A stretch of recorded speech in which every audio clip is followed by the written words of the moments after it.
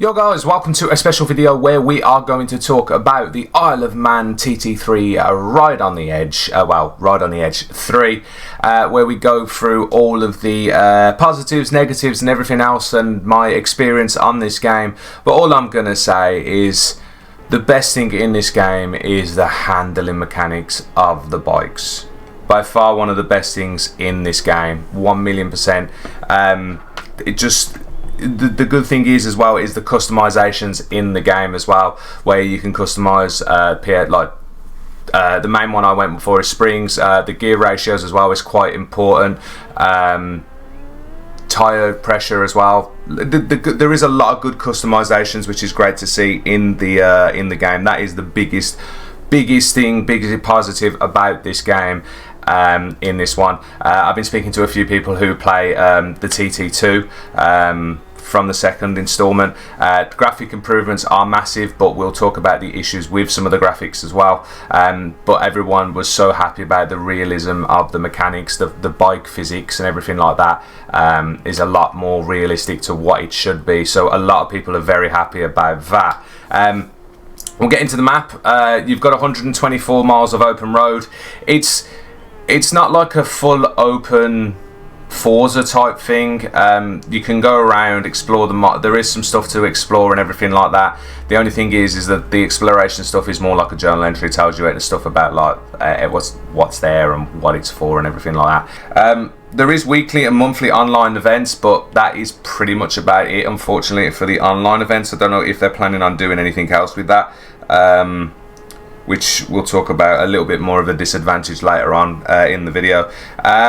So you got a choice of options. There is two main career modes. The career modes are quite lengthy, which is good to see. You've got the super sport bikes, which I've been using up until now. All I've got left to do is the final TT race. I've done the quali and everything like that, and it is good. It is fun. I'm going to have a go at the super bikes as well. But the super sport bikes, the super sport bikes, which are the slower ones, which are the 600s, I've got nearly 180 mile an hour out of one of them, so you know that's actually crazy. And the super bikes have 200 mile an hour plus, so I can't wait to see it on that. Definitely with the help of someone else in the while I was streaming it as well, the mechanics, you will have to mess around a bit with the steering. Someone tell me change the minus, because it's on -5 and the steering, do change that to 0. It does make a big difference. It makes it easier to handle, but obviously the enthusiasts will know how to change all that and everything like that. But even beginners it's great for, because there's a lot of options that I was a beginner. I started on beginner and we started with everything all on the beginner mode, but you can change the settings quite easily to intermediate and hard and realistic if you have the cojones to do that. But by the time I've got to the TT now, everything's on 1. So pretty much everything is pretty much turned off, and it's still really good, but you can feel when the bike wants to go, which is great to see, again to do with the physics, which is good to see. You've got 32 different types of tracks and circuits all split up and everything like that. The only one disadvantage of that is with the career mode, it's like you're qualifying on a different track and then you have to race on a different track. I don't understand that. That was a bit confusing. I thought you'd qualify on the track that you're going to do the race on, but I don't know how they've worked that one. I don't know how they're going to work that one out, but yeah. Nearly 40 bikes, which is pretty cool. The only issue is with the 40 bikes and nearly 40 bikes and riders is that they are the previous liveries, last year's 2022, but there is supposed to be an update coming. They have confirmed there will be a 2023 update coming about that, so yeah, that's pretty decent as well.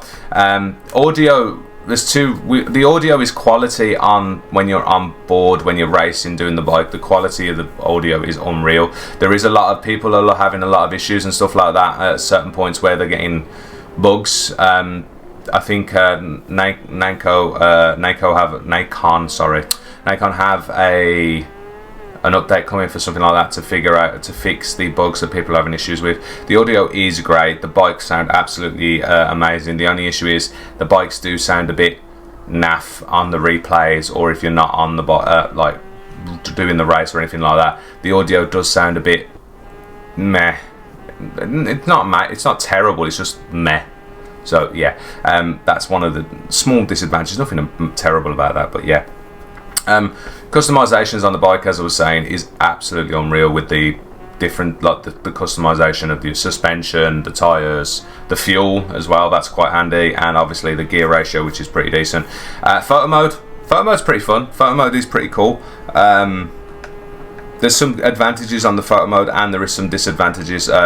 I know a few people were hoping for some sort of like blur mode, because there is no blur at all. Even if you're doing about 170, 180 mile an hour, you'd expect some sort of blur, but the photo mode is pretty cool. You can get some good pictures and everything like that. If you're coming off the bike, that's pretty decent.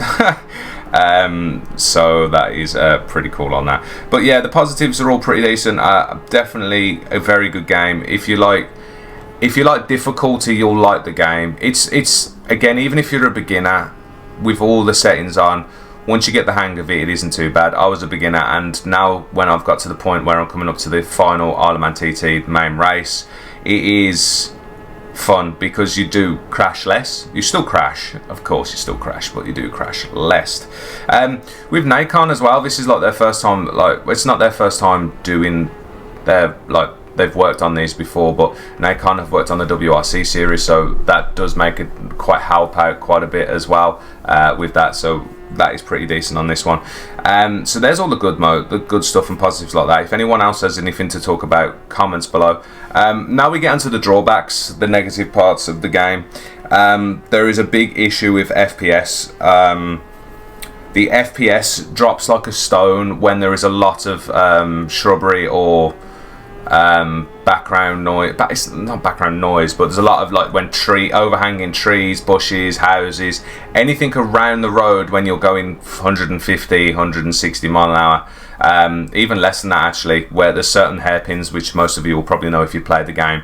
The FPS really does need fixing. It actually drops like a full-on stone. It drops to about, I'd say, 10 to 20 FPS, and it makes it almost unbearable to ride the bike, to try and turn and everything like that. So I'm really hoping and they do come out with an update like that to fix the FPS issue with that. That's probably the biggest drawback, I'd say, from this game at the moment. I'm hoping they do fix it. One of the things, like, obviously we were talking about is like the open road, the 124 miles of open road and everything like that. I wish they had an open online mode where you could just go around with other people or your mates or something like that, where you can go online on an online server, 8-10 people, just go around, where you can just ride around and do the challenges and stuff like that. Just go around on bikes, because that'd be cool for photo mode and everything like that.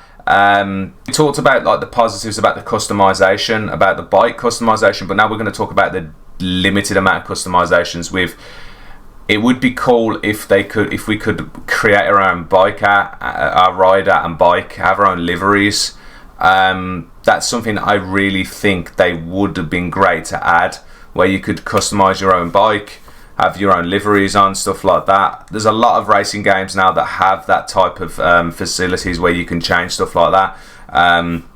Gran Turismo is one of them. Obviously people can make their own liveries and you can download them, slap them on. Same with what the riders are wearing, their overalls, the helmet. It would have been good if you could change stuff like that.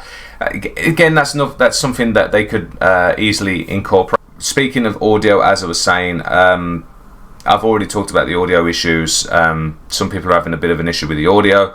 I didn't have any issues, which is good, but as I said on the replays, it is lacking a bit compared to when you're on the actual bike itself, and it's actually crazy.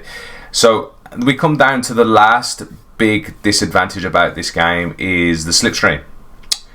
A lot of people will know, if you literally watch it's literally the world's most dangerous bike-in event ever. We all know this. I'm more of a four-wheel guy, but if someone said to me, what's the biggest bike racing event? It's the Isle of Man TT. We all know this. Yeah, no slipstream, which is a bit of a shame, because slipstream is a very important part of the Isle of Man TT. which obviously most of you, if you watch highlights, I've watched highlights of it before. I don't understand why that's not been incorporated into the game. Hopefully there might be something like that for an update and everything like that.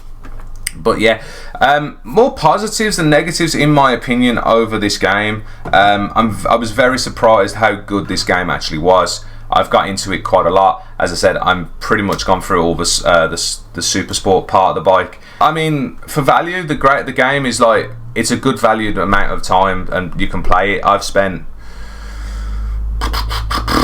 9 to 10 hours on the first part of the career mode, which is, that's not going full ham. That's trying to win every race as well. Qualifying wasn't too bad for me to worry, but win every race, yeah, about 8 to 10 hours. So you've got to imagine you're probably getting about 16 to 20 hours worth of gameplay in it when you do the superbike part. And obviously if you want to go around doing all the other little challenges, everything like that, then you got the monthly and weekly events.